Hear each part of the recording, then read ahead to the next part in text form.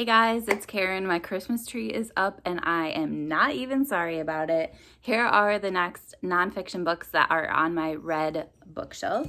The first one is The Boys of the Dark, which is basically the true story behind the Nickel Boys. So if you read the Nickel Boys and want to know more information about this school in Florida that treats children, well, treated children horribly, this is definitely the book to read. Then I have How to Read Nonfiction Like a Professor. This book was okay. It was interesting. It didn't give a ton of new tips for me, but I did think that it asked a lot of good questions. And then again, it's a book about books, so there's always a good book list.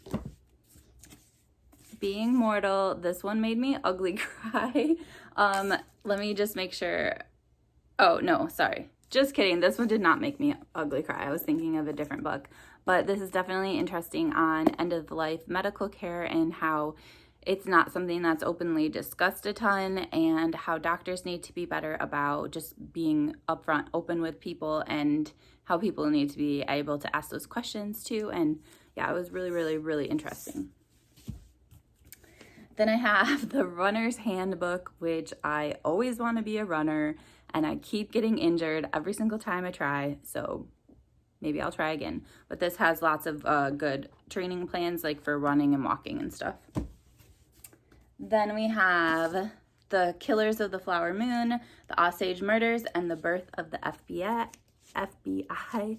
This one actually reminds me of a book I just read. I think it was called No One Is Watching or something like that. I'm going to review it soon, so I will make sure I have the correct title.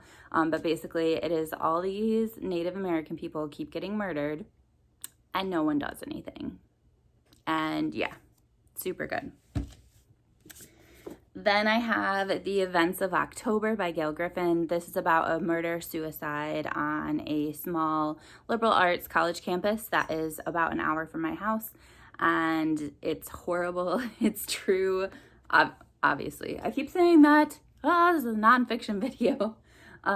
Yeah, but basically it's about relationships too and stuff. So it goes beyond like this actual crime that happened to discuss just relationships in the United States and all the kind of violence and stuff that goes on within them. Then 84 Charring Road, which is lovely. It is about a woman, Helene Haniff or something, who is in New York, and she doesn't have access to the books that she wants. So she starts communicating with this bookstore in London, and they send her books through the mail, but the letters that they write back and forth are hilarious, so witty, and this whole book is basically just their letters back and forth over the years.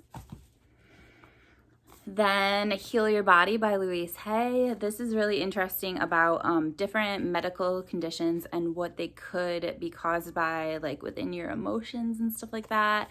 And I'm a little skeptical of this. However, when I have looked up stuff that I've dealt with in the past, I'm like, oh, well, actually, yeah, I do need to work on that. So I don't know, who knows? I'm curious what other people think of this book, but it's always something that I reference and I consider.